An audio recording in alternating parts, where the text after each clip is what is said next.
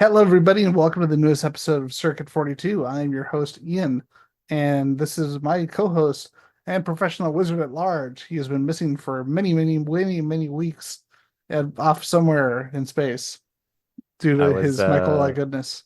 chasing down that good Hobbit Kush, basically. That's right. Here he's killing hobbits and hiding their bodies. I don't know That's what about we call that. that's what we call a vacation in New Zealand. Woo!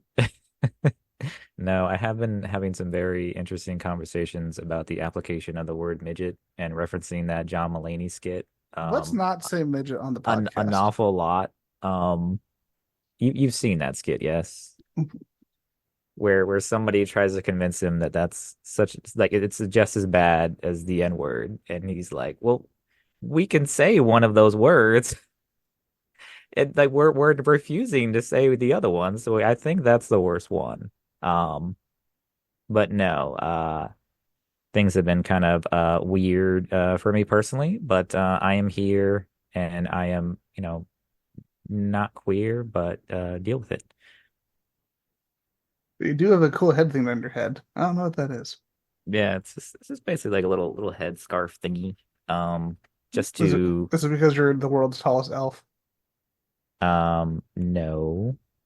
If I was though, I would definitely not give you any of my weed. Damn it, stupid weed elf. You don't know me. Shut up.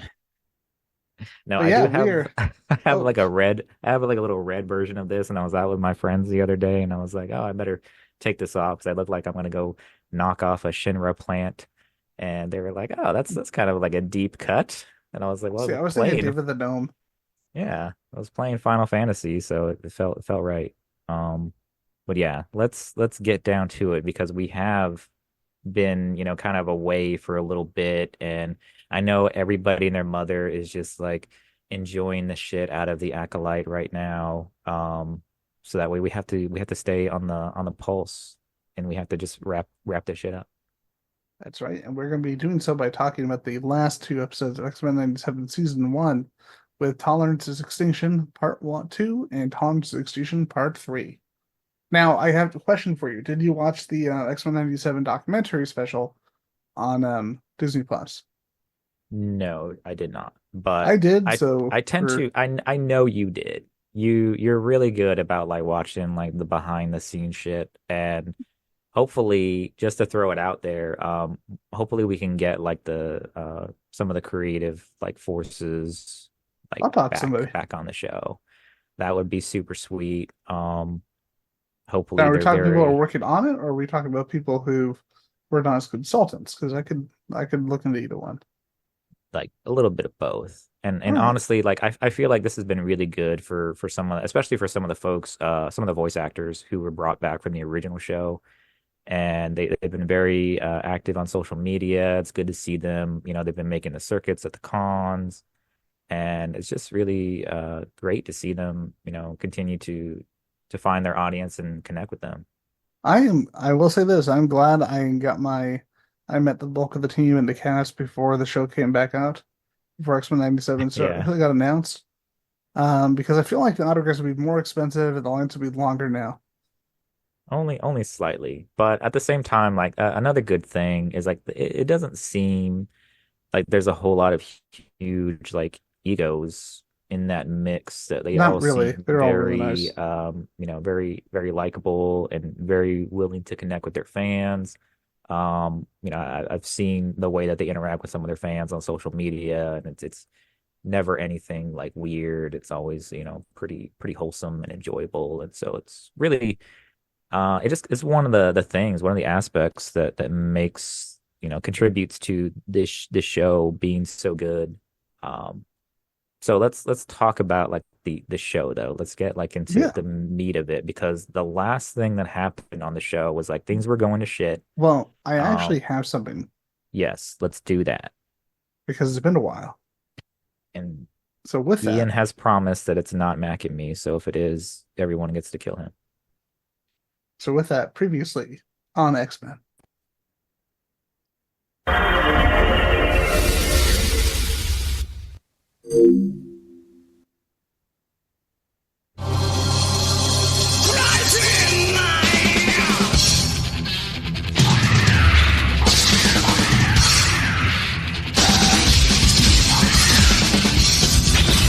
Tiny Lives there.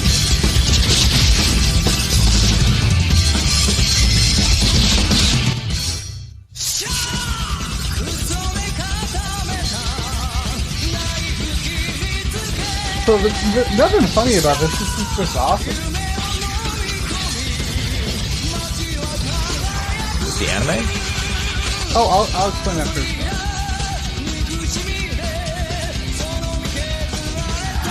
Oh.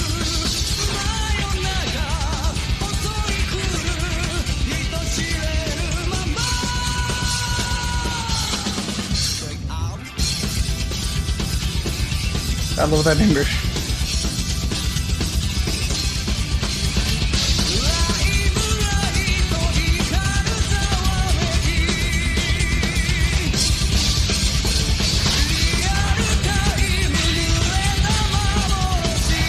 Cable power of gun.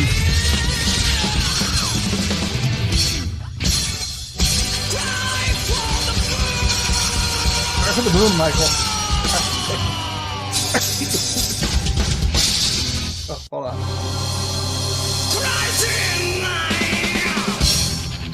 Why are there two?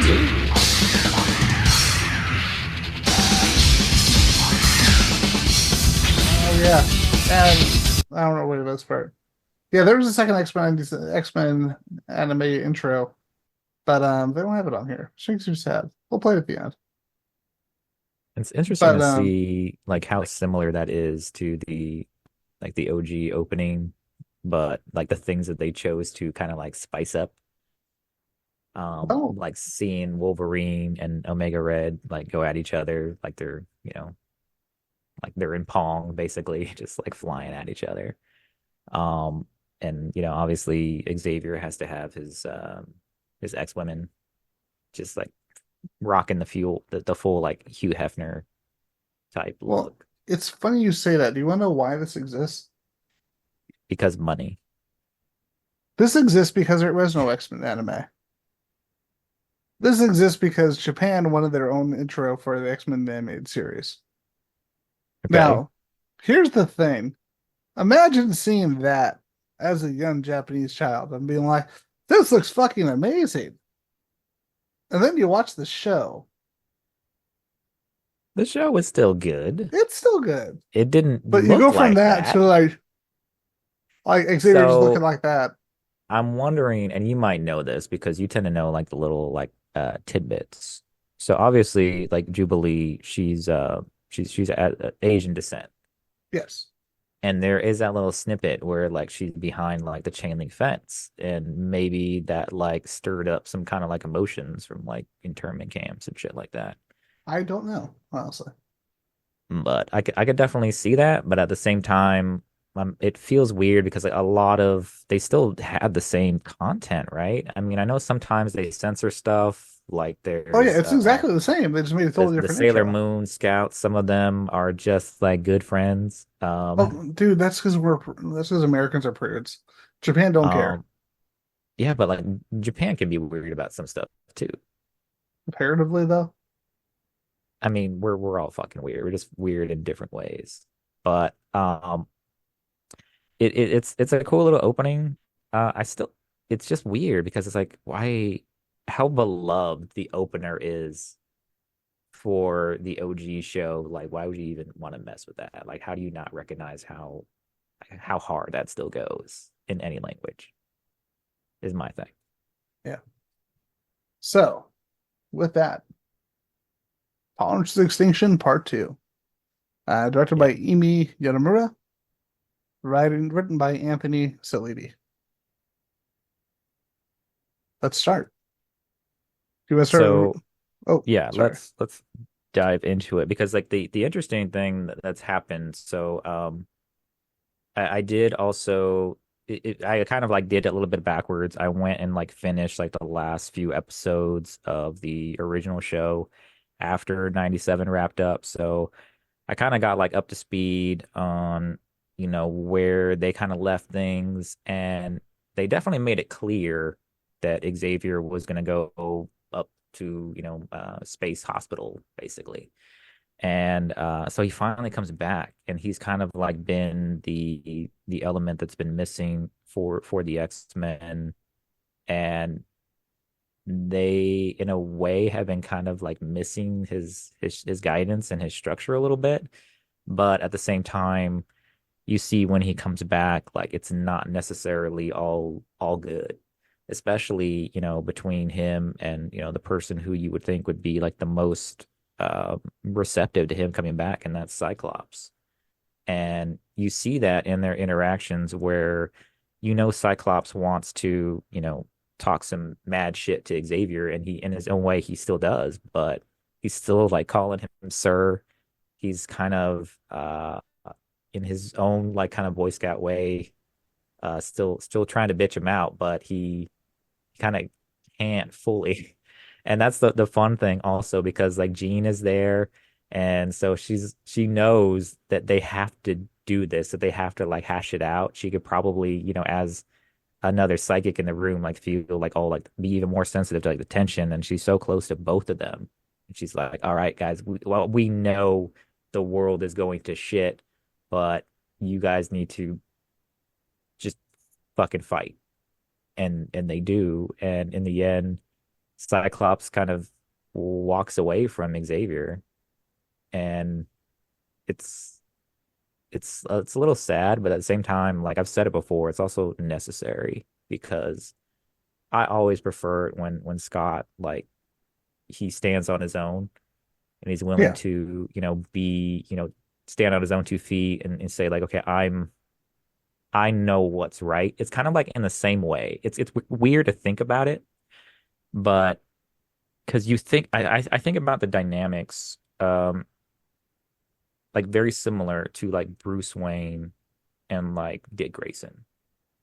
And you wouldn't really put that together, I think, just because like in your head, or in my head at least, like because Dick Grayson and Bruce Wayne are just like they've got like 30 years on these other characters, so you don't necessarily think about them being the same, like similar ages, and um, having to go through similar things, but they are kind of similar. Like Dick and Scott, they're both orphans, as far as they know, anyway, at the time when they get like brought in by like this kooky millionaire guy to live in his mansion and to like take up his crusade.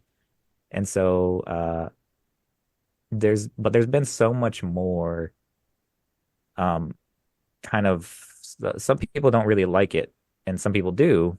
The way that like Xavier's been handled, like in the past like couple of decades, like he's definitely been given like this dark slant to him, and it was Well, really good to see him come back and not just kind of like slink away and like say that, okay, like he does at some point kind of say like, oh, I'm taking responsibility in his way, but he doesn't do it in a way that he's saying I'm really like a bad guy, because he still has to be willing to take that stance and say like, I still know what's best, because if you can't do that, then how do you really lead? no, that makes sense because you also have to have that balance. Otherwise, you end up with a crappy story like X-Men Deadly Genesis, where it's like Xavier had a whole team that he didn't tell anybody about, and they died, and he killed them and didn't and just let a bunch of new mutants die to go save the other ones. And then he finally was like, "Oh shit! Well, that messed up several times. Let's get the X-Men as they were, just retcon the Yeah. shit out of it because that always helps." And it's just massive retcons. You telling Um, me you're not a fan of Vulcan? Here's a funny thing. I didn't mind what they did with Vulcan later. I hated the way that they brought him in. So for the folks who aren't like up on the comics, so The like it was a Force big Summers old brother. thing. Yeah, there was like they in the comics for a little bit, they like teased like the concept of like Scott Summers having like a brother like besides Havoc. And so a lot of people speculated that it was going to be Gambit because of like how Gambit's like energy powers work. And it ended up being this random guy, Gabriel Summers, who, aka Vulcan, who actually did appear in the show as part of like the Shi'ar like Imperial Guard. and he just has like all these crazy like energy manipulation powers, and it's kind of like made him a very like overpowered character, but at the same time it's always like very satisfying to get see him get his ass whooped, which happens a couple of times in the Krakoan era. Here's the But weird thing about it. He wasn't the original third Summers brother. yeah, they who was the other one again? I It was forgot. It supposed to be a was character named Adam X the Extreme. That's oh actually their name. yeah. And the funny thing is, they made one really good issue with Adam X the Extreme, and I'm like, this is really good. And that was his last appearance. It's like, yeah, the issue that legitimized this character, well, they're going to be gone for about 30 years.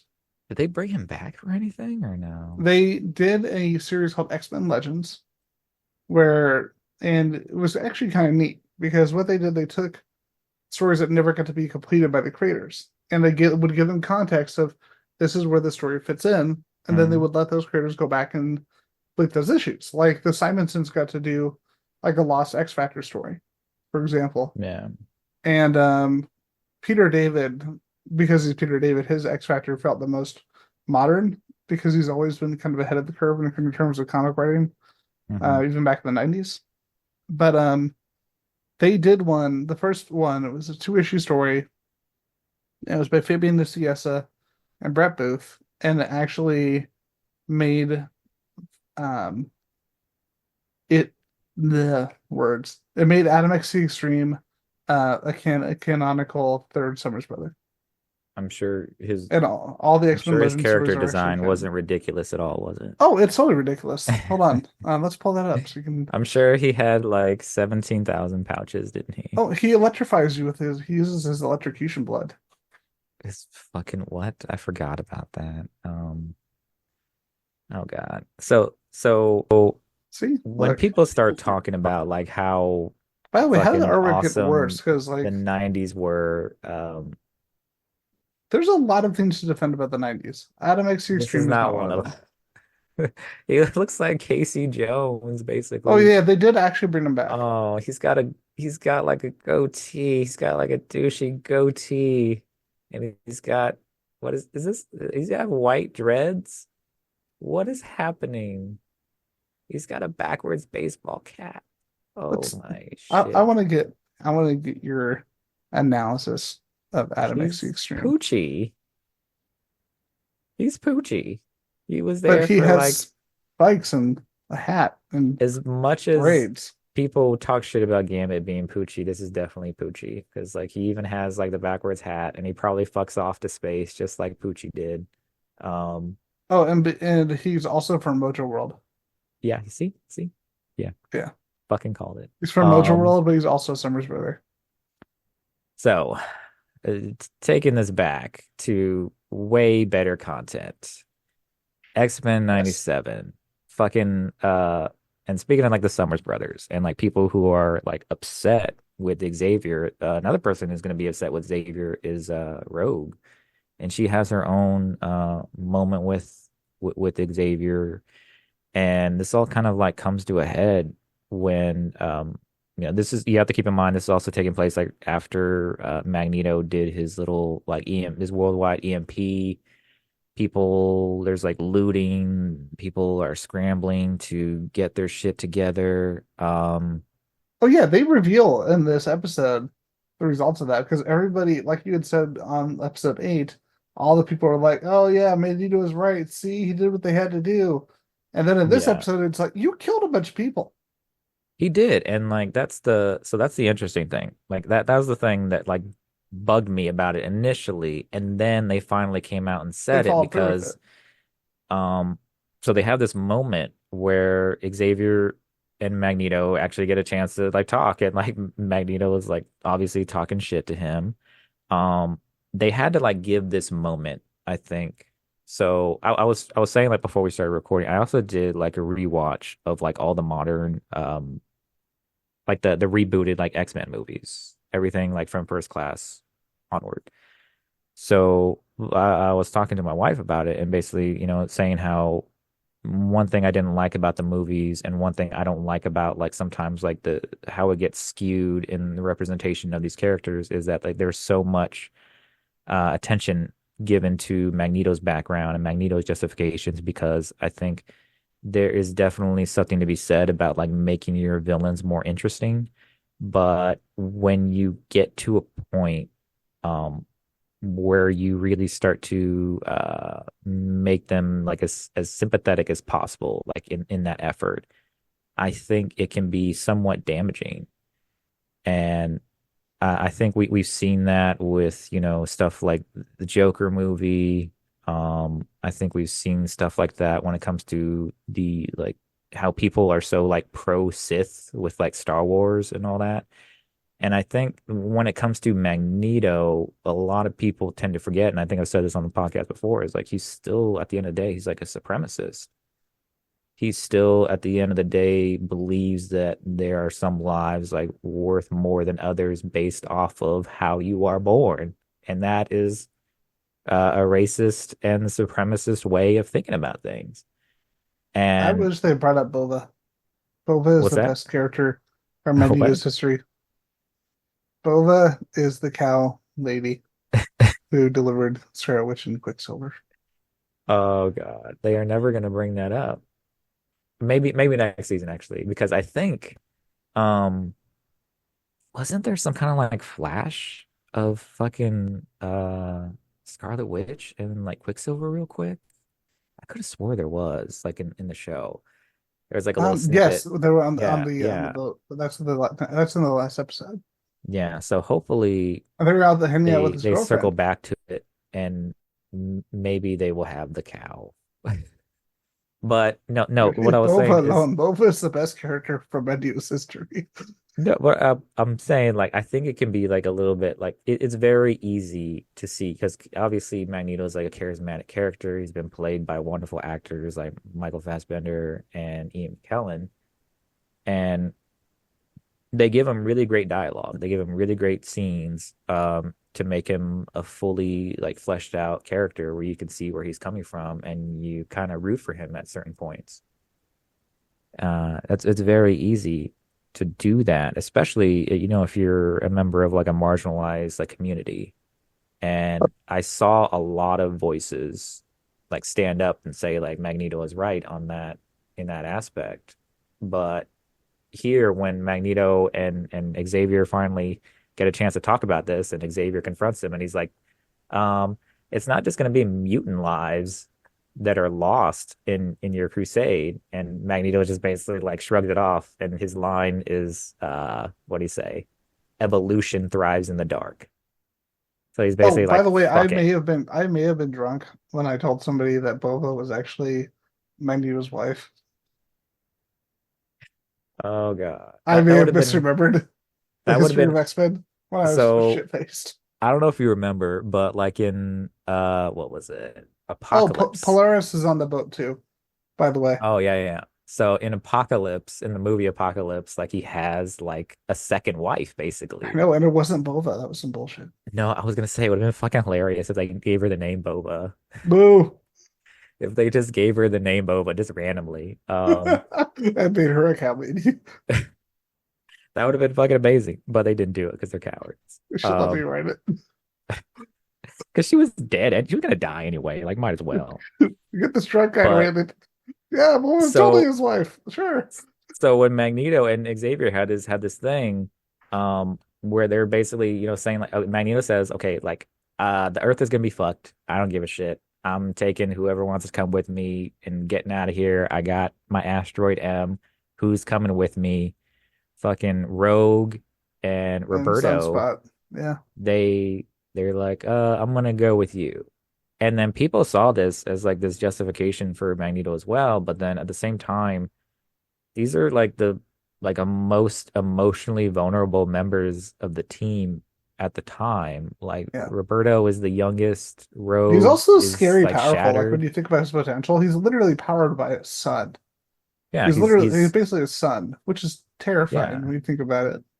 And it was sad to watch him, get murdered in fucking Days of Future Past, which by the way, Was what? that was the one part of that was stupid. But I mean, it was definitely tragic, but it had to happen like to show like how like powerful like the Sentinels are. And one thing that I thought was kind of interesting also when I was rewatching Days of Future Past, and you're watching the scenes of like the human beings and the mutants like in their little camps, like all of the like little lights and shit like that around them are purple, like the flying purple Yeah. people eater like Nimrod shit. Oh shit. So when you watch that and you're just like, oh, it's all like purplish. So they did kind of like retain that a little bit. They all were like kind of like collared up in the same way that they were in the show, like originally when they saw like Genosha. So that was neat. But so now that the team is kind of like, kind of get busted up by like Xavier and Magneto's like little spats, they realize that they have to fucking fight on two fronts now. They have to go after Magneto and they have to go after Bastion, which is another aspect of like why I thought it was so fucking stupid that people were like propping up Magneto so much. Because I'm like, why the fuck isn't Magneto doing anything about Bastion? Like, why is he not fighting him? Like, you're wasting all this like time and energy to like basically you're like the kid who got beat and you took your ball home, and he's not doing shit about Bastion. And so it's on the X-Men to take on both Magneto and Bastion at the same time. So they split up into two teams, a gold team and I The blue believe a team. blue team. Yes. I was Yeah. so fucking happy. So Cyclops takes his blue team, and then Storm and Jean take their gold team to go fight Bastion while Cyclops is fighting Magneto. Cyclops like, hey guy who's kissed my wife. Why don't you go be on the gold team? Yeah, he's like, we're gonna You take know where you fight the Magneto guy with your with metal claws. metal in his bones to go after Magneto. Because fuck you, And sir. so Scott, who is definitely probably one of the best strategic minds on the planet, Oh, he did that on purpose. plus, you've got some very smart people there in Jean Grey and Xavier, as well as Hank McCoy. They're all just like, yeah, that's fine. Plus, Seriously, Forge is why there do they always too. try to send Colossus after? Why has there been more than one time where Colossus is sent after to attack Magneto? And I'm I like, you don't didn't think about this at know. all, did you? But I can't remember. Can Magneto control Colossus? Yes. Okay. I couldn't remember. I feel like it's been so long since Magneto's had to fight him that I don't remember like when they actually like encountered each other. That's why I love the part where Colossus is supposed to be where it was it the fucking terrible X-Men Last Stand movie where Oh it's like, God. hey, we need a distraction. Colossus, go distract Magneto. It's like, do you really dislike him or what? Like what? I would be What? like, no, I'm Magneto could have not just going like to. he could have just like turned him into like a spinning top and just like murdered the shit out of the rest of the X-Men right there. Or did that with Wolverine. He's like, okay, I'm gonna pop your claws out and I'm gonna have the fucking super strong guy, and you're both just gonna just Oh yeah, murder the shit out of all but of your we're gonna people. talk. We're gonna be talking about that as we go because Jesus Christ. Yeah, it gets a little hairy there. So part of their plan actually, and this is another thing that I wanted to point out that people got wrong because I just love doing that. A lot of people assume still somehow after watching the show that Bastion was a mutant, but he's not. Oh well, they actually did make him into a mutant in the cartoon, which is kind of odd. Well, they basically said that he got his powers from like his basically he's a cyborg.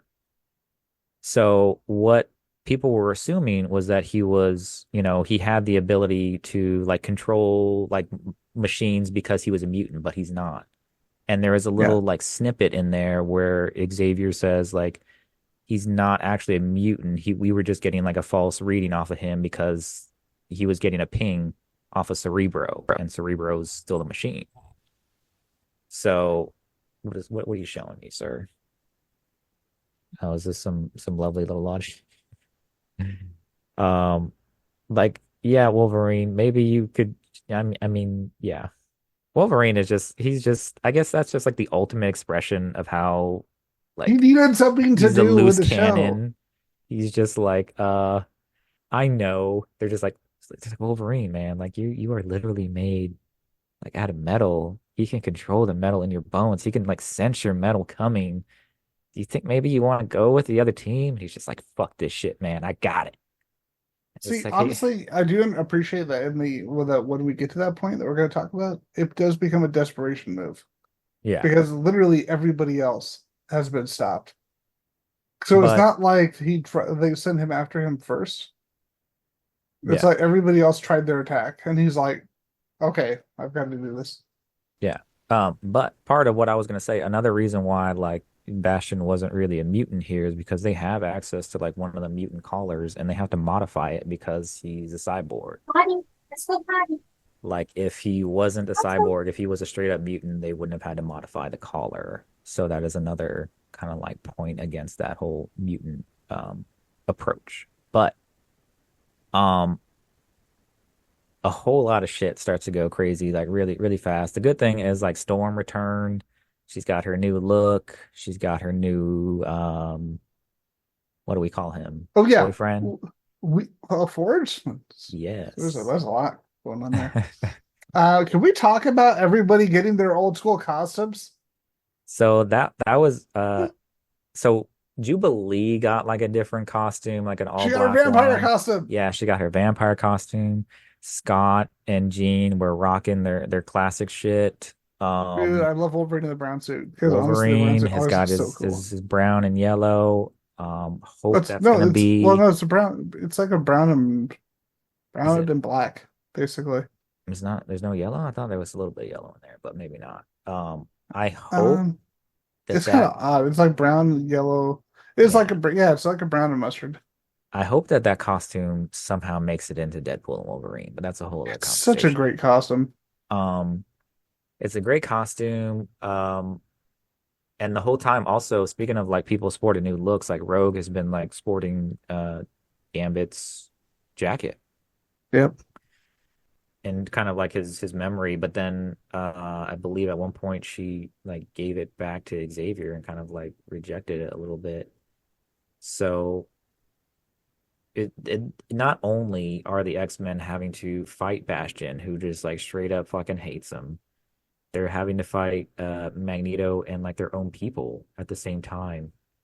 So there's definitely all these other elements to it. There's all these different angles to it because um Jean has to end up fighting fucking Mr. Sinister, who had that whole like he made a clone of her and he's like taunting her the whole time about like only I know where you end and Madeline begins, and he's like fucking with her, and I believe for whatever like he's Sinister is lucky that Cyclops isn't there because Cyclops can like tear his ass to Just kill shreds. him in five Yeah. seconds. Like you're dead. I win. Oh, by the Yeah. way, quick thing I did want to mention. I loved seeing Rogue pop up in her original first appearance costume. Oh yeah. Yeah, because a lot of people didn't realize because I know a lot of people have a Her point of Brotherhood reference of costume the basically. animated series. Yeah, and I'm gonna say something controversial. Maybe I don't know if it's Ooh, controversial. Ian's gonna be controversial. What? Never happens. So glad they didn't go with whatever the heck the original first appearance was with her What's the face. eyeshadow, man? Yeah, that's bad. Is that a mullet? What is this look? Why does she have like a widow's peak? Why does she have Okay, Dracula hair? so I'm gonna give you a little bit of history because I never give a little bit of history on the show. Yeah, never happens. She's definitely not sexually assaulting Captain America.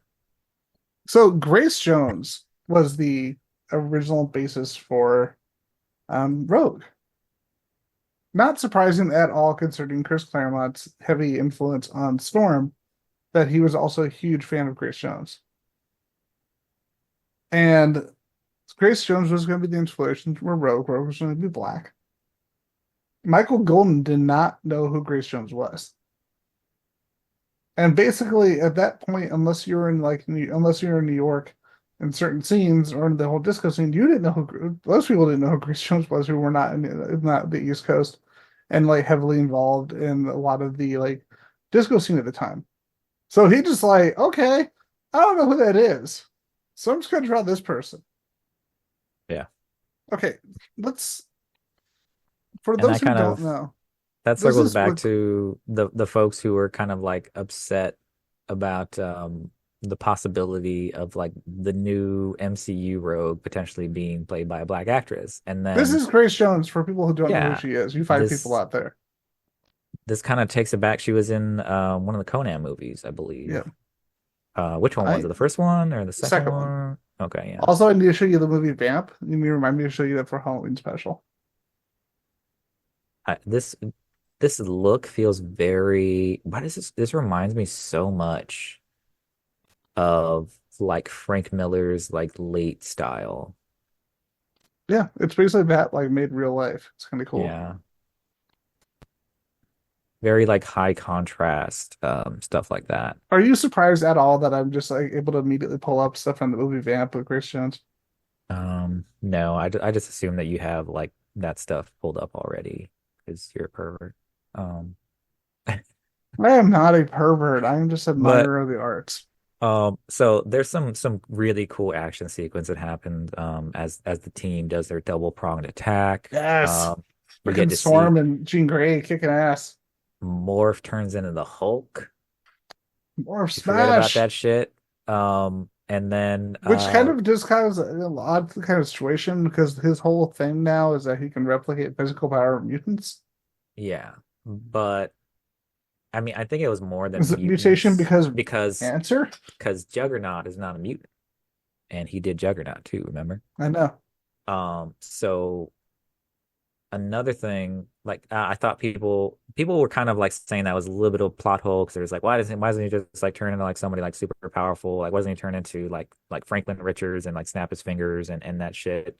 Because it's not physical Um, power. So I think it has to do also like the way that they made him in the show. I think we've talked about this a little bit before, is I don't think that he's like just as powerful as whoever he's copying. He's probably like his power has got to be at least like cut in half because otherwise it would be like too much. And also you have to keep in mind like during that sequence, like Jean Grey is kind of like shielding him and reinforcing him a little bit when you can see her power like wrapped around him as he's like spinning around and attacking the Sentinels and shit. Yeah. Um, and you get that cool little moment where Beast like plays front hand backhand with one of the Sentinels. That was pretty cool. And you definitely, I think you needed that contrast. Like when you think about it from we're talking about the fact that you've got one team that's fighting like an enemy that's kind of like more or less like soulless and it's very like black and white. These are the good guys, these are the bad guys. You've got somebody on the fucking opposite side called Mr. Sinister, for Christ's sake. And then you've got this He other seems like a nice team guy. that's fighting against basically like their own people. So you kind of need, and you appreciate that contrast because it's the same reason why like you needed like grunts and you needed like the Robo villains in the Avengers series because like you have to be able to see them like cut loose against somebody.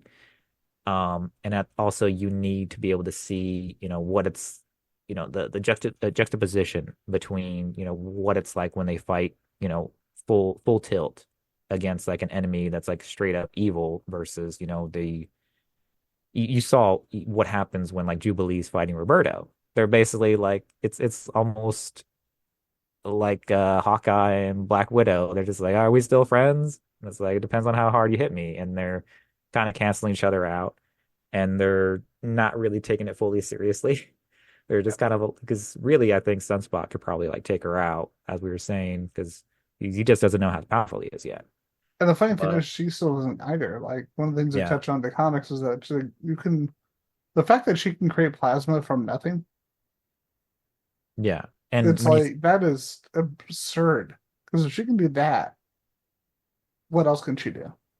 yeah, and they everybody got like their cool little moment, but it was definitely a different type of fight when you see everybody fighting kind of like they're friends basically because you have uh Rogue going at Wolverine, Xavier trying to go after Magneto, with Scott's help, and there's a But it lot of wasn't a very Cable against Jean at one point. yeah, yeah, because Sinister basically activates, his implants in Cable to make Cable fight basically his mom. Yep. And um and it gets to the point where you think that Jean is dead or whatever, but you have to know that she's not gonna die. But it all culminates when fucking Magneto goes after Wolverine for retaliation, basically because he got stabbed. And the moment that no one ever expected to see with the animated X-Men happened. And That was Magneto fucking tore brutal. Wolverine's adamantium skeleton out of his body. The concept that Peter David brought up as a joke in an X-Men writing room. Yeah. Because they were like, we've done everything with Wolverine, what should we do? And he basically said, oh yeah, it's just fucking rip his adamantium out of his body. Oh wow, that sounds awesome. I was kidding. That was basically a huge part of the character, which kind of crippled the character. And they did it Look, anyway. it looks so gross. Oh yeah, it's disturbing. Like the funny thing is there's no like and a lot of people talk about this are like, oh, why don't you see any blood in the when it happens in the comic and in the show? You And it's do. because it happens so quickly. Well, in the comic later you see some blood, but not in the initial when it initially happens. And Yeah. the reason the logic is that since he tears it through the pores, he does it so quickly, you don't see it when it happens because it's basically instantaneous. Yeah, but you did see it in the show, like after In the the show, fact, it yeah. kind of like seeing like the little like they did it so with such detail and such care. Like you could tell like it was the type of so back when I was, training to be a firefighter and whatever, there's like different types of um what do they call it? Bleeding essentially. There's like, arterial bleeding and capillary bleeding, and it's all basically, based off of like the types of how much blood and like what is the source. And they did it very well because it was like this very like little like thin like bits that you could tell like that came out of like pores along with the metal, and they handled the detail on that like very well. But everybody like was losing it. Xavier couldn't believe that Magneto was going after him like that. But at the same time, it's like Wolverine, you should have gone for the head, buddy. There is What a the fuck? really disturbing moment in the comics from an issue of Wolverine. It was actually the end of Fatal Attractions of the coverage in the original comic story. Because everyone talks about the image of him getting the skeleton ripped out. And I'm like, yes, it's very brutal, but it happens very fast. There's a part where you don't realize until the next issue that his healing factor just shut down. Because it's like, it's Yeah. overworked, overdrive just turns off. And so he just, they bring him into the danger room. And he wants to prove that he can be part of the team. And so like, okay, we're going to have you go fight against low level bots in the danger room. And they just start beating the shit out of him because he goes in there right after like a day after this is over because he wants to prove his validity for the team and prove that he should even be there. And he has a panic moment, and this is before they knew about the bone claws. And he tries to pop the claws. And this was the first reveal of the bone claws. And I See, remember there was a little bit of a backlash, but here's like the thing: against the fact that he had these claws. seeing this when I was 8 or 9 years old, that's fucked up. Only a little bit. Because everyone talks about the adamantium being torn out of the body, but the fact that when the claws come out, the sound you hear is shunk instead of snicked, Yeah. and then you see the blood just pouring from his arms. And I'm like, who at the comic book code approved this back in the 90s? It was around this time when the comic book code was No, Is comic is book on the code outs did not there. get.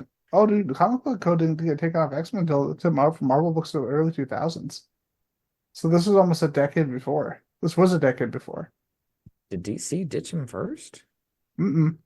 Marvel did, and then DC. I think Archie eventually did. What was this? This was that issue. What was it, like 90, Wolverine probably early 75. early 90s, right? I'm guessing. Yeah. Also, the artwork in there by Adam Kubert is really good. Yeah, the Kuberts always like nail Wolverine like to a ridiculous degree. They always do a great job. Like anyone who hasn't been picking up the Wolverine omnibuses by Larry Hama, first off, they're really good. And like the first one is Hama and Omar Silvestri, but the next one is primarily Adam Kubert. So like you go from a book that's all Silvestri, basically all Silvestri, to a book that's almost all Kubert. And Kubert Mhm. just carries the book from there into volume 5 or 6. Yeah, So if you like Adam Kubert's Wolverine, especially from then, that's worth picking up. yeah. Um, Also, I still prefer the old style coloring like that, like the pre-digital colors, because you see a lot how more of did the you feel artwork. about Origin? I liked Origin. I The really art like the art is really oh, good. by Andy Kubert. Yeah, once And again, Kubert Brothers. the color work on that series is Okay, ridiculously good. um, I wish I could show you. I've shown you this before. I have the Origin poster that I Yeah, bought no, when I was in I high have the school. comic. I have the comic. So do I. I have the hardcover signed by Paul Jenkins and I believe Joe Quesada. Oh yeah, And back then I when have the poster signed by Andy Kubert and Joe Quesada. yeah, that was a very interesting and another kind of like controversial Wolverine story because they actually gave him like a background and a name, and they finally went into his they broke his mystery basically. Yeah, but But I didn't mind.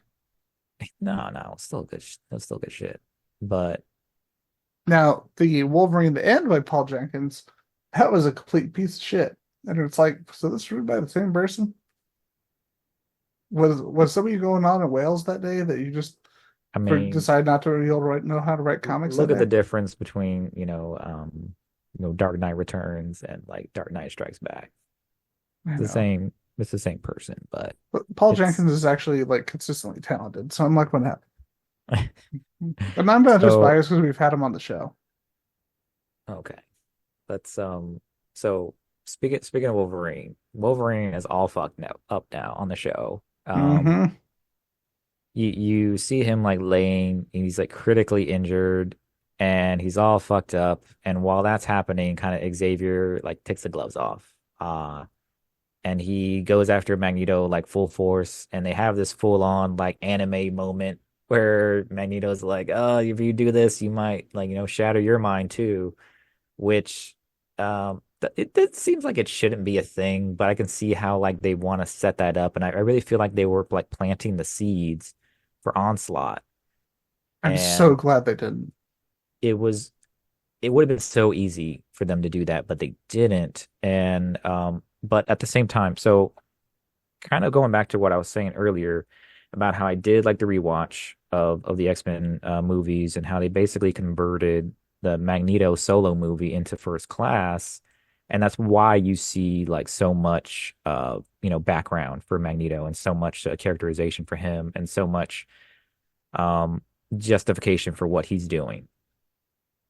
Part of the reason why I think even though it is a tough watch to see all of like the characters that you grew up with and getting killed by the Sentinels in Days of Future Past, what makes it I think my favorite is you finally get a chance for Xavier to have like his rebuttal moment. And it's not really even like a rebuttal against Magneto. It's more so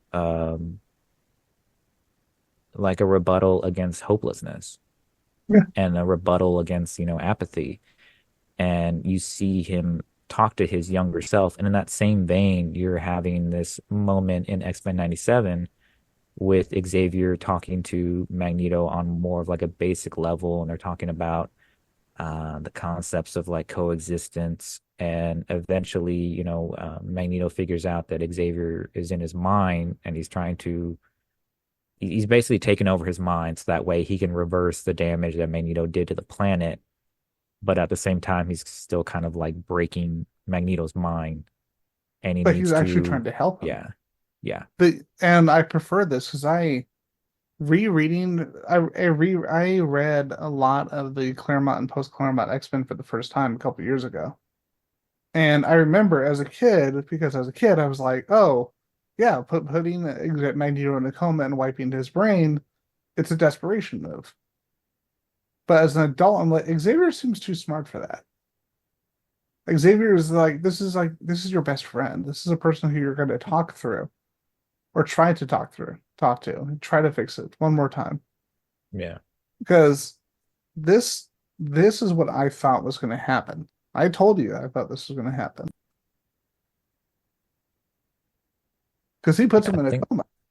I think we saw this bit before and we ran through that. So what I thought was going to happen was so for the folks that saw the original show, one of the fucked up moments of it was when Xavier is leading the X-Men against Magneto, and before I think this is before Magneto's helmet got had any telepathy resistant properties.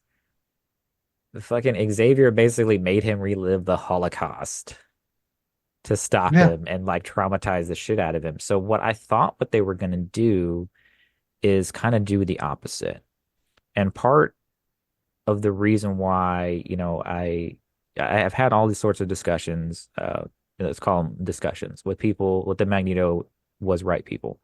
So what I talk about usually in those discussions is the fact that I tend to side with Xavier, and it doesn't sound like you're um, staying hip with the kids by siding with Xavier, but you have to remember Xavier is like the most powerful telepath on Earth.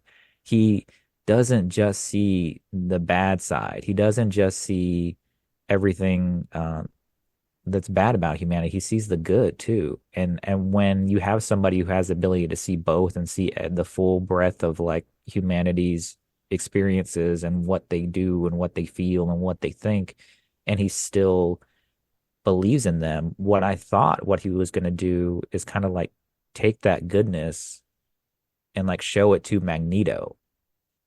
But in in a way, this is more effective because he's not Xavier in the end when he connects to Magneto, he's not showing him like an external source.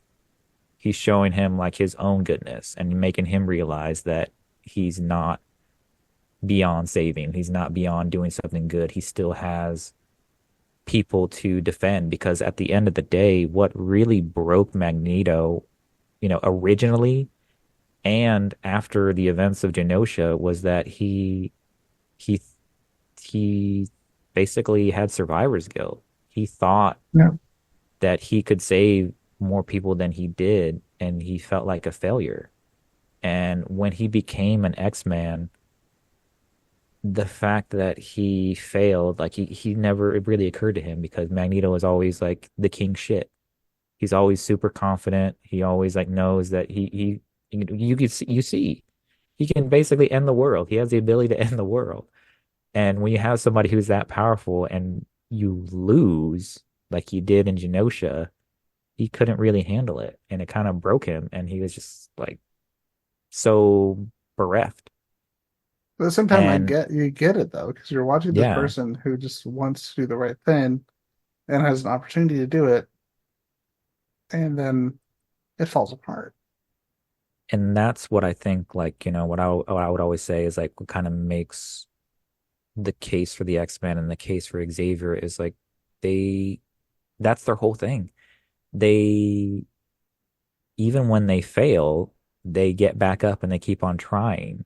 And that's kind of like the strike against Magneto is that he was an X-Man for like all of 5 minutes. He failed and he went full villain again instead of like keeping at it and keeping at trying to keep the dream alive. And while it's fully understandable, it's like if you're gonna run away from it, like when somebody pushes you like that, and ultimately it's not going to work. You have to show that resolve and you have to show your commitment to doing things the right way. And that's what makes ultimately X-Men like the heroes, whereas Magneto, not so much. At The at, at thing, best, an anti-hero. the thing I would have done with the original animated series, instead of the crappy fifth season that we got with X-Men, devote a season to him coming around and him actually joining the X-Men or him actually taking on some kind of leadership role. And so we would Yeah. have a season of time, kind of like when he was, because in the comics he was a leader of the New Mutants for a while after Xavier fucked off to space to heal with Yeah. Shi'ar, aka just have sex with a Shi'ar. It's the Pootie Getting Tang some of that moment. that pigeon puss, basically. You get that Pootie Tang Uh, moment. It's like, I'm gonna make you feel better, Pootie Tang. And I'm gonna have sex with you too. it's good I to be the really king. I really think Pootie Tang is like the best summary of their relationship in that show. Believe you're making a fucking Pootie Tang reference. Um, Fake Jen, she showed it to me, and I'm like, she is the best character in this movie. Speaking of space shenanigans, so not only does Xavier trying to kind of simultaneously fuck up Magneto and repair his mind at the same time, Jean goes full Phoenix for a second, and I'm kind of glad it was only for a second because she came back and she put the collar on Bastion to like take away his connection to the Prime Sentinels and basically shattered, Sinister's hold on Cable. So that part was good because like it almost got really bad. You saw a little like flash of like the Sentinels going after like the president and fucking Captain America and Iron Man were doing jack shit to stop them. Um, and you got to see like other little snippets. And I think we talked about that a little bit already, like snippets from like around the world. You see Spider-Man got his Mary Jane back, which was a very cool little a lot of people don't realize they were in like the same universe in the animated universe. And Spider-Man ended with a Oh, I loved cliffhanger when it. he was tracking down like Mary Jane and they kind of gave him like his own little like happy ending. Um, and I think didn't correct me if I'm wrong, didn't Daredevil show up too? Yes, he did. Yeah, He yeah, showed up and yeah. did stuff and then left. He did stuff. He like it's like that SNL sketch with Hawkeye. I'm all out of Uh arrows. he's just like, "Oh, I tripped a Sentinel." He's like, "Dude, that was like one Sentinel." I was like, "Yeah, and I tripped him. You're welcome." And then he just like took off. He's like, "Okay, I'm gonna go have sex with Elektra." I don't know. Whatever. World's ending. Um so uh Phoenix saves the day for a second. And then the X-Men with Magneto fully like fucked up and uh like Bastion, I forget how like it's only like a fleeting moment where the Phoenix like shows up, but what happens is like the US government tries to destroy Asteroid M with the fucking X-Men on it, which was all kinds of fucked up. Um so they launch the missiles at it, right? And then Bastion is trying to fight the X-Men and he goes like full like this is not even my final form mode and he goes after Asteroid M and then they have that bitchin' fight. Rogue goes after him. She has his Wait, full we forgot to establish we were on episode 10. we're in episode 10. We're in here. That's just we're in here. Okay. Because you're talking about cameos, and I'm like, can we talk about Doctor Strange and Iron Man, Alpha Flight, being Oh yeah. Canadian? There was so many like cool little cameos there. It was really neat to Cloak see and Doctor Dagger. Strange. Then we're actually writing Black Panther and calling him Black Panther instead of Cat Mutant or African Mutant, which is what Larry And Houston had to call him because he couldn't get approved and after the he got called interesting the actual thing name. Sorry. was in this universe, it looks like T'Challa's father is still Black Panther. Well, it makes sense though because this is set long before. the events of the Black Panther movie because that was because people who were complaining about that, I'm like, this is set in '97. This is set 20 years before the events of the first Black Panther movie, so it makes sense that T'Chaka would still be Black Panther. Yeah, but it does make the timeline a little bit fuzzy. It make I guess Storm seem a little bit more like a cougar. Now I But can't it's remember fine. if Black Panther and Fantastic Four in the animated series was T'Challa or T'Chaka. Now I'm going to go down the rabbit hole. It was probably T'Challa. I bet you it was fucking T'Challa. Let's Because see. he definitely showed up and it seemed like it was T'Challa. Wait, did they not name him in that episode? Because if they didn't name him, they could actually assume it was T'Chaka. In the Fantastic Four one or in Yeah, because he this? has the cape. In Oh, the Fantastic Four one? yeah, the Fantastic Four cartoon. Oh, yeah, they just call him Black Panther. They don't call him by name, they don't call him Yeah, he's T'Challa or just called something. Black Panther on the show itself. So we could Did he actually not? assume. And then he didn't show up in Secret Wars, did he? I don't remember. I don't think he did. So yeah, if they didn't name him, we can actually assume that was T'Chaka. Surprised they gave him the cape look. I could swear I remember like a non-cape version of him showing up at some point. By the way, I picked up the DVD set in Austin because it was like $7. It's so weird. The first half of For that show is for so what? For poopy what? for Fantastic Fantastic? Four, Oh, okay, okay. and the second half is so good, and then they canceled it. And apparently the same thing happened with Iron Man the animated series and Hulk the animated series, where it's like, how about you make the Yeah. first season good too? A And lot then of you them won't just cancel it. they didn't have the same like staying power as like X-Men and Spider-Man. Keith 'Cause David as the voice of Black Panther is the most like perfect casting ever, though. yeah. Did he voice him? Yeah, in the Fantastic Four cartoon, he was Black Panther, which I'm like, that is like spot on, man.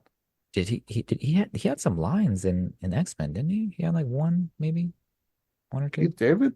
No, Oh no, no, no, he didn't play him like in Black X-Men Panther. '97. Black Panther. Did he have like one I or two don't think he lines? did. I think he was like, I'm just gonna hear Maybe the there was fight one, and go but we're just gonna pretend that Keith David was Black Panther for X-Men 97 as because that's well. awesome. Yeah. And any time to put Keith David in something is, you got to take it. Yeah. So that's Wait, our no. headcanon. It's Isaac Robinson Smith, the same guy who played Bishop. Oh, so he did have a line or two. Yeah, Okay, okay. All right, I'm not totally crazy. I am. Um, so speaking of great lines though, there was a great line, I think, like before Jean frees everybody and kind of like does her Deus Ex Machina moment by turning into Phoenix. Um, one of the great things I think about this show, and you really have to appreciate that we've talked about it before, using this kind of like obscure villain, Bastion. Rude. Um, Oh yeah, he was obscure unless you're like a weirdo like me. This is very yeah, true. he's definitely like not who you would have picked. A lot of people, I think, assumed that Mr. Sinister was going to be like the ultimate like big bad, and they kind of faked this out around like episode like 7 or 8 when they were trying to like track down who was the person who was ultimately responsible for the attack on Genosha, and somebody said like, "Oh, it's Sinister," and then it was like, "Oh, no, he's not. He's actually working for somebody else." So you have to appreciate what they did with this like fairly relatively obscure villain, and you have to Oh, he's obscure. appreciate the work that like Theo James did with the character and with the lines. And so when you're seeing finally getting to see, because you haven't had a whole lot of direct interaction between Bastion and the X-Men this whole time. This is kind of like the final like time where they get to say the things that they want to say to each other. And as they've like kind of like walked through Bastion's origin and they're talking to him about it, and he's kind of saying, he says something like, "Oh, no, it's not my fault. I wasn't, I didn't choose to be born this way." And Storm tells him, nobody chooses to be born. That's why we mustn't begrudge them for being. And he doesn't really have an answer for that. Yeah. So that's one of those things, like one of one of the things I liked about the episode, and one of the things that, it goes back to the themes of like what separates like the X-Men and like what these aren't just people who are just like blindly doing what other people are thinking what is right. They've had their own moments of doubt. They've had their own moments where they've had to examine, why is it worth doing what I'm doing? Why is it worth it to protect people who hate and fear me, and some people who, in some instances, just want to see me die for being what I am? I'm gonna say And this real quick. Sorry. go ahead. I wish we had gotten a little bit more of the manipulation, them showing the manipulation that Bastion's capable of. Because one of the things I loved about the original comics is that he comes out and he tells the government, he's like, "Yeah, look at what just happened. Look at what they did to their own kind. Look at what Xavier did to Magneto. He put him in a coma. He's lied to people. The mutants have lied to people. They're a threat, and they will never be honest. And if you can't be honest, if they can't be honest, how could we trust them?" Yeah, And and he they kind of manipulates his touched on way. that. Yeah, They kind of touched on that by showing has he like manipulated the footage of like Xavier basically being like the emperor of the Shi'ar and saying like, oh, he's the X-Men told everybody that he was dead and they used that for sympathy, and now we know that's not true. But at the same time, he even says it, like they're feeding everybody a lie, but so is he. yeah. Like he And shows up. He shows up early. He shows up during the event. He shows up before Onslaught. So it was yeah, about over a year before his actual Operation Zero Tolerance, which they really couldn't do with this. yeah.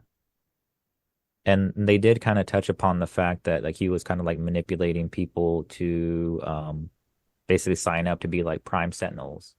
Yeah. And another line that happens like later on, like when they're like on Asteroid M and the government is attacking Asteroid M and they're enacting what they call like the Magneto protocols.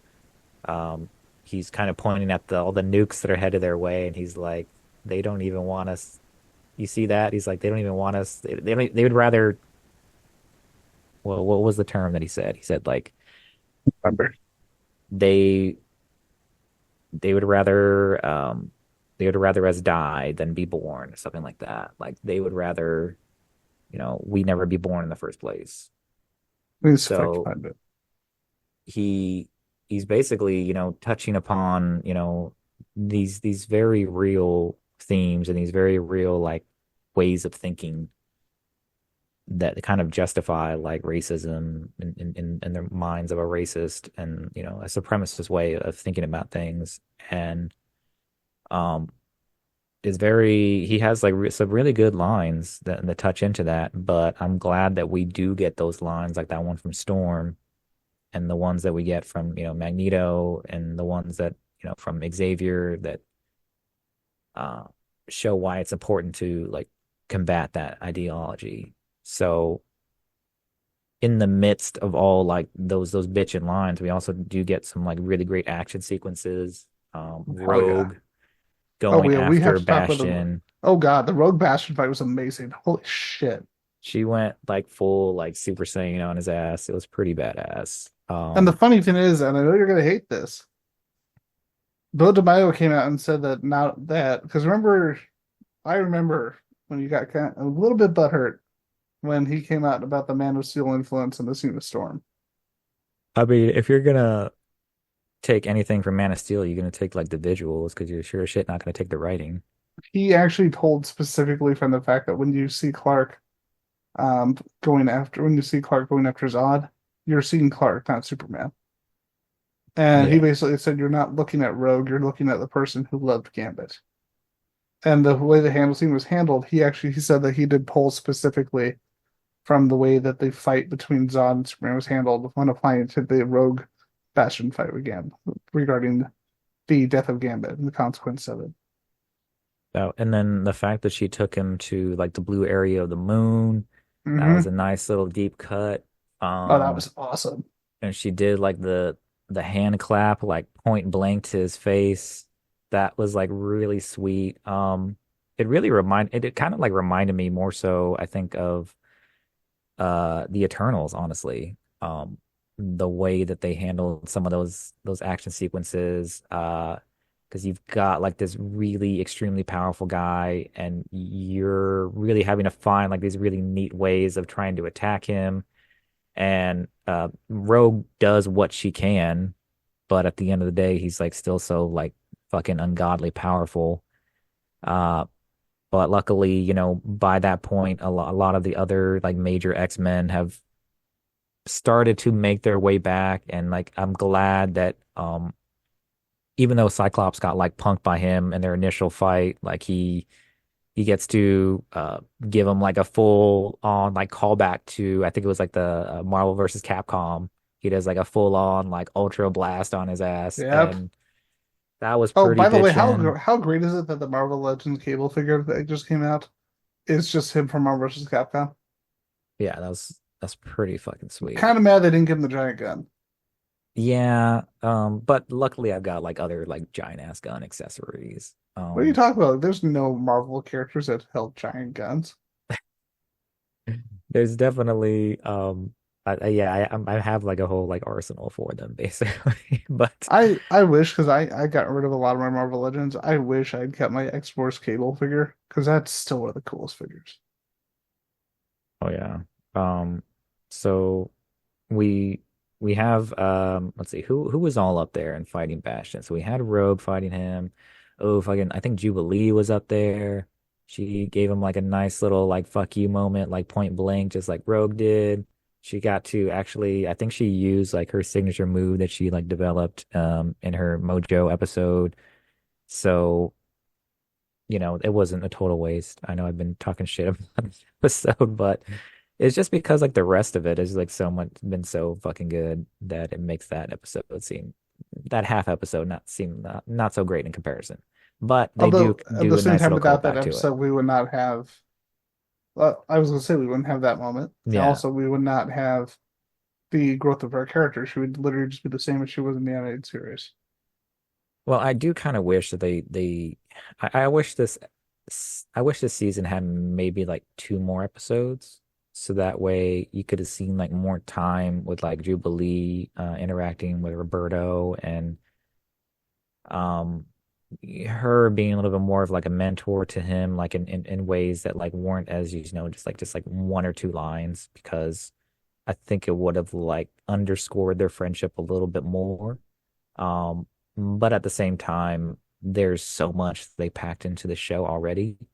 Um, and as the X-Men are making their stand against Bastion, like the rest of them come back and join the fight. Beast is like piloting one of the Sentinels to bring everybody back. So I love And that throwback to the first episode. yeah, and they kind of start to realize that, Bastion is just like so fucking powerful. They're not sure they're going to be able to beat him.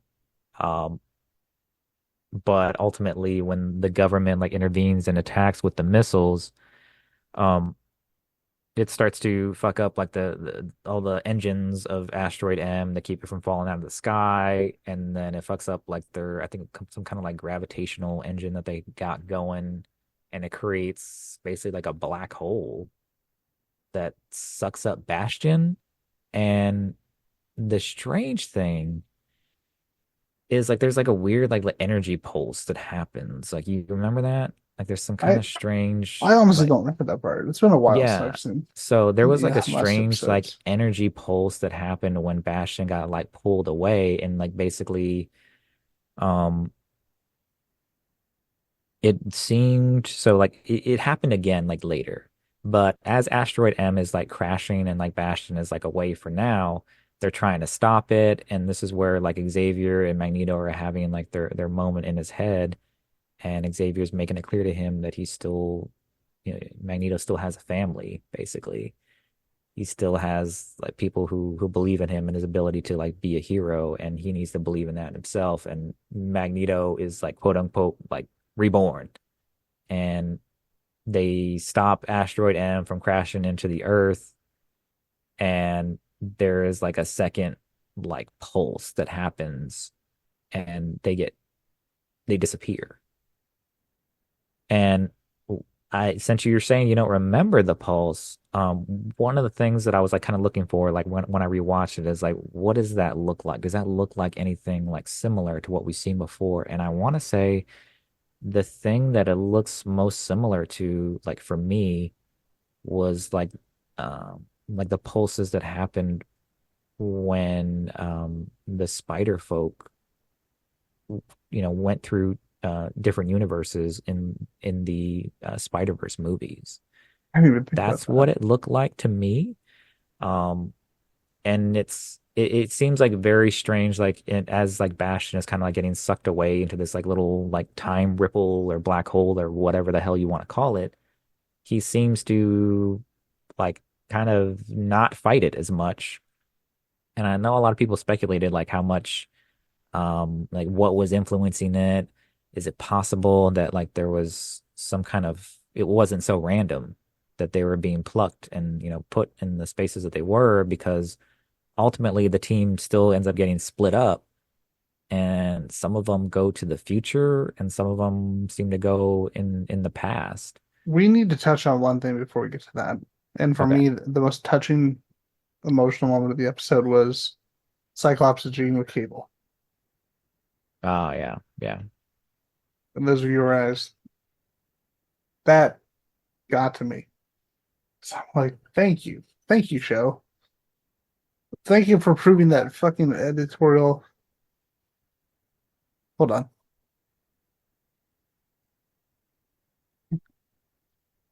Basically, thank you for proving that the editorial is bullshit. And all the people are like, oh, okay, well, Cyclops sucks. He's the worst father ever. And it's like, not really. Like that's the sad thing, is that so they touched on it in the original show, but and I talked about it before. Like, Cyclops thought he was an orphan, but ultimately found out that his father was still alive, and so it was kind of like a dumb moment in our earlier episodes where he was like, "I can't abandon my child," and then he kind of Bye. just like leave. But you have to remember, like, there's also we have so many characters in comic books that are orphans, and none of them are okay. I like the way that Robin in Dark Knight Rises describes being an orphan and having that loss, and he says it makes you angry in your bones.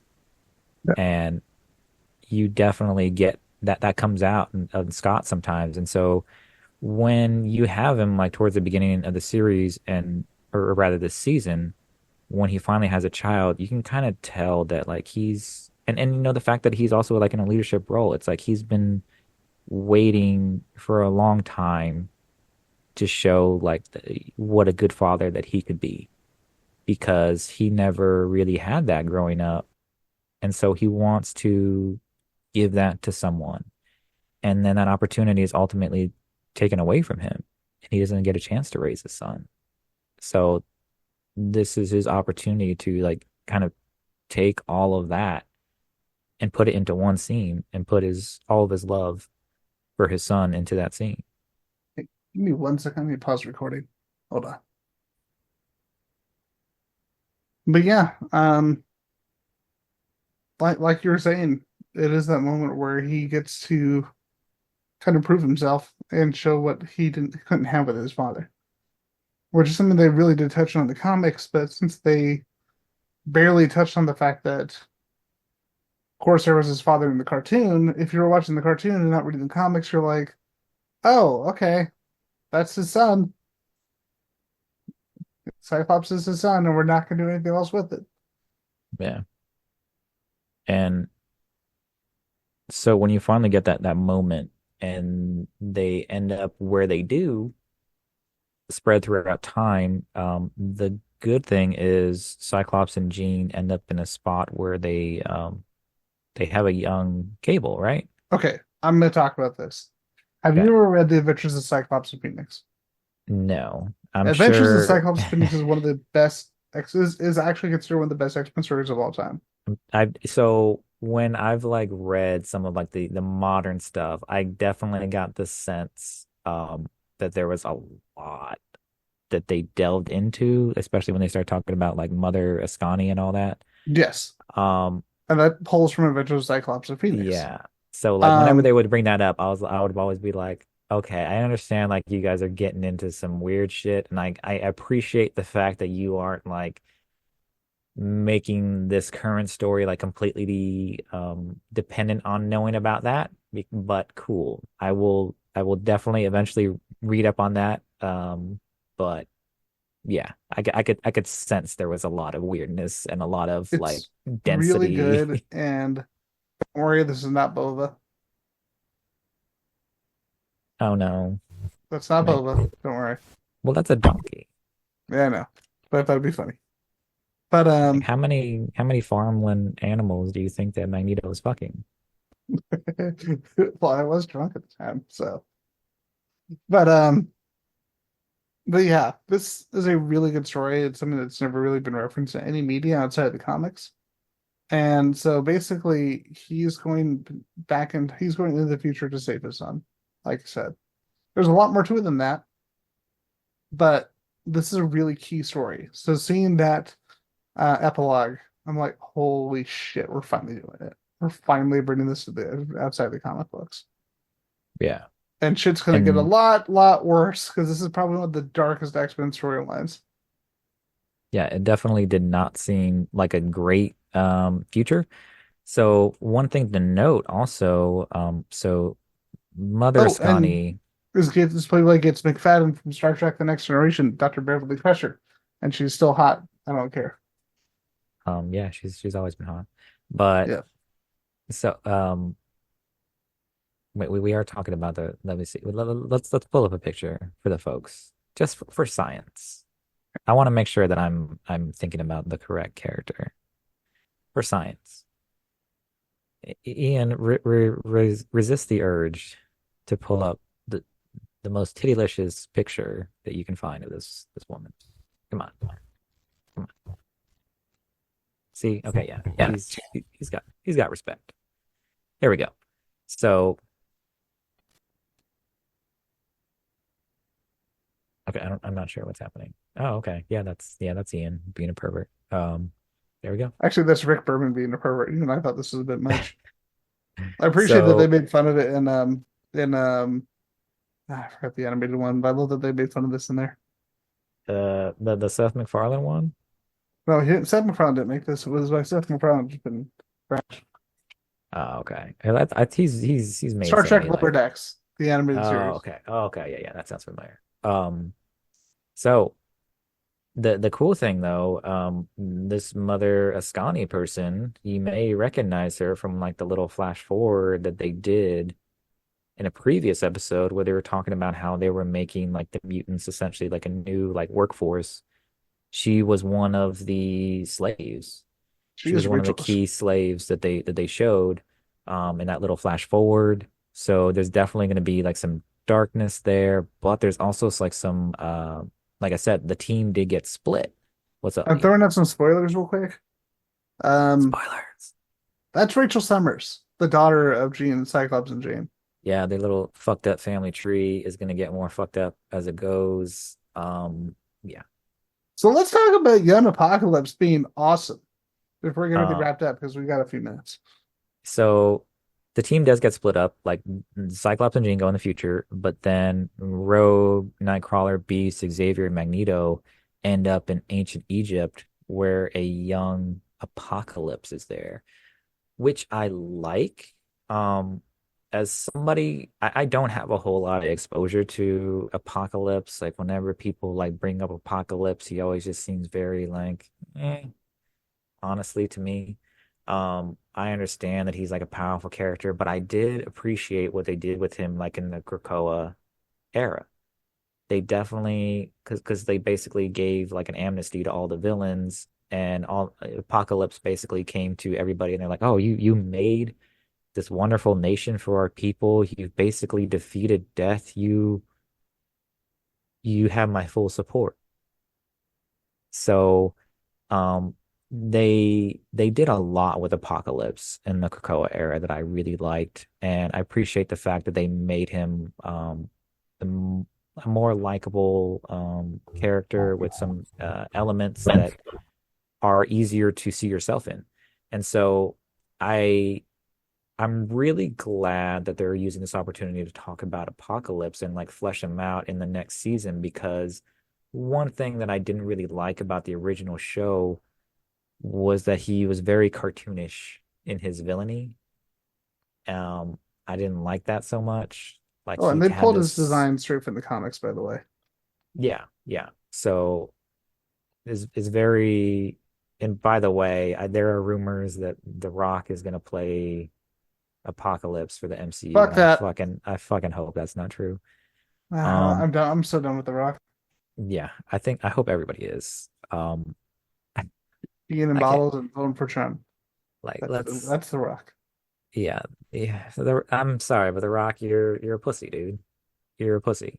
You Michael Martinez said that. He lives in Arizona. I can yeah. direct you to his I house. do. I will say to his face, he's a little bitch, and the reason why he's a little bitch is because he was so silent for so long about about Trump and still ended up as he's just like a Republican and he has like this fake ass like man of the people shit and he one day he's gonna want to run for president. Hey, And what Michael, kind of let's. little asshole does you have to be to like put in your contract that you can't lose fights? I'm just saying. I know, but let's move on to the last part because you got to Ooh, remember him. yes. Modern Just present day apocalypse yeah, go ahead. and the Gambit. Not Gambit himself, but the Ace of Spades and Genosha.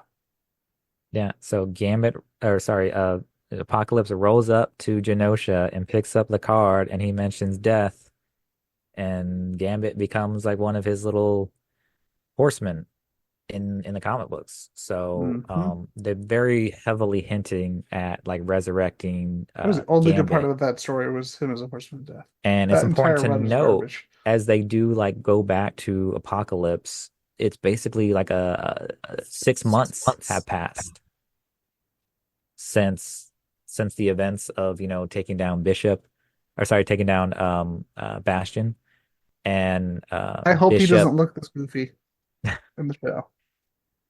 Yeah, let's hope not. But Salvador Larroque's a shitty comic book artist, so like he makes That's things look shitty. just yeah, that's just like I don't know what the fuck you call that. He looks like the Crow. You don't have to make him the Crow.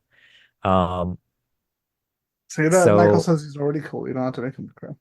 yeah, he's fine. He's better than that Poochie ass like Summer's brother. So You leave him alone. He's awesome. to circle back real quick, it's important to note in that little apocalypse sequence, it takes place 6 months after everything went down, and Bishop rolls up to Forge and tells them that the X-Men are trapped in time. Yep. And Forge is trying to kind of like get a post check on what the X-Men would look like now. And so you see this full like board behind him that shows like the status of like the current X-Men and X-Men candidates. Important thing to note, I think it did say like Scarlet Witch was like off-world. I think it did show like Colossus as like a potential. So I'm really, really hoping that we get to see like more Colossus in the next season. Um, I'm hoping that we get like more interaction. They don't stay like trapped in time like for the whole time. But yeah. If anything, do what they did with the Savage Land in the animated series, where they split off the story of of the character, then they eventually brought them together. I think that would be a good way to handle it because that was one of the more genius things about X-Men the animated series was the way that they allowed Magneto and Xavier to have their story of the Savage Land and eventually connected to the rest of the X-Men. Okay. So real quick, as we like wrap it up, what do you think is going to happen for the next season? I think we are not going to get the Age of Apocalypse. Everyone keeps saying Age of Apocalypse. That's not going to happen. We are going to get the introduction of Apocalypse. Everyone assumes that the Age of Apocalypse is the origin of Apocalypse, and it's not at all. We are going to see the formation, the resurrection of the Four Horsemen, and we are going to have that paralleled with the story of the creation of Gambit, with the origin of Apocalypse, and we are going to have the Cyclops and Phoenix storyline. They're going to parallel between different episodes, and then eventually they're going to bring it all together to wrap up the season. And So you Gambit's think going to say that. Apocalypse is going to be the big bad for the next Oh yeah, season? because Apocalypse directly. Here's the thing that we don't, that people who don't know the Adventures of Cyclops and Phoenix don't understand. Apocalypse is directly tied into that storyline. Like he is I directly tied in. I think they will do. I think that the X-Men will stay like trapped in the past for like the first half of the season, and then come back. And Yeah, I think while that's happening, like they're gonna have to juggle like the storyline of them forming like a new X-Men, and they're having to deal with like modern Apocalypse's shenanigans. And I feel like what they're gonna do is like do like more like legacy virus shit. I hope they do because they kind of touched it on the animated series, but not much. Yeah. So I would like to see them really like develop Colossus a lot, and then if they wanted to like have him, go through his arc with like the legacy virus by the end of the second season. And I really want them to like get into more of like the Morrison astonishing shit like for the third and fourth seasons. I really hope that in addition to Colossus being part of the team, that Emma is there. Yeah, She needs to be if part of the she's not second dead. season. She's not dead. They brought her back. They pulled her out of the Oh rubble, yeah, I and forgot about she that. That she she we put forgot her to touch on lipstick that. on before before she got rescued. She's just All like, right, wait a minute, let me second this make real but quick. with that though, as we're getting everything wrapped up, Michael, where can people So, find you on this crazy, wacky world called the internet? um, we're gonna put this out here so that way The Rock can find me. I'm on Instagram at Get a Four Ducks rock. Pilot a man Four Ducks Pilot a Man Suit. No, I said what I said. I feel what I feel. You guys know that I don't really shy away from saying what I feel. So that's that. Yep. And you can find me on Facebook. You can find me on Instagram as the creatively named Ian McIntosh.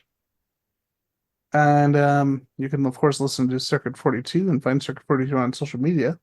You can listen to us on iTunes. You can listen to us on Google Play. You can listen to us on, well, basically everything. And of course, the Spotify, aka the Spoofy.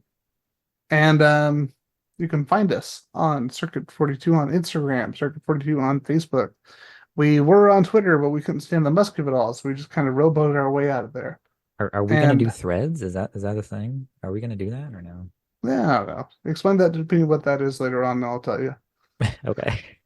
And but yeah, with that, this has been the newest episode of Circuit 42. I am Ian. This is Michael. He is a wizard with the hat.